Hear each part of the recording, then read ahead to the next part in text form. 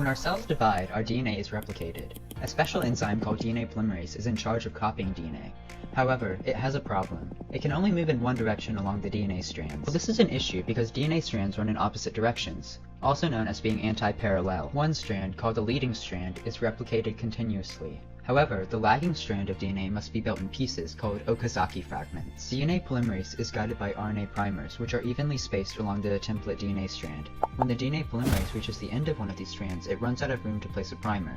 This means DNA polymerase can't add new nitrogen bases to the end of the strand. Over time, and many cell divisions, this leads to significant shortening of the DNA, which causes cells to age.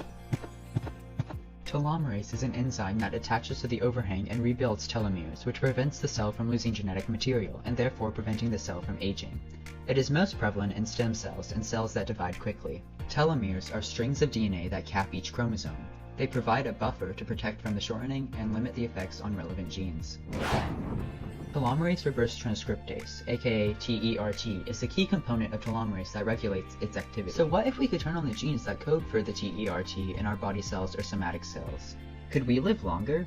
Well, the answer is both yes and no. Using DNA editing tools like CRISPR, scientists can regulate TERT expression, giving cells immortality. However, this ability to live longer also increases the cell's ability to divide uncontrollably, oftentimes resulting in cancer. In a breakthrough by Australian-American biochemist Elizabeth Blackburn, she realized that telomere shortening can be accelerated by a factor I'm sure we've all experienced: anxiety. Elevated levels of stress hormones like cortisol was correlated with shorter telomere length. Since then, scientists have discovered that several factors like obesity and smoking can speed up telomere shortening. So how can you preserve your telomere length and potentially live a little longer? Stay positive and live healthy.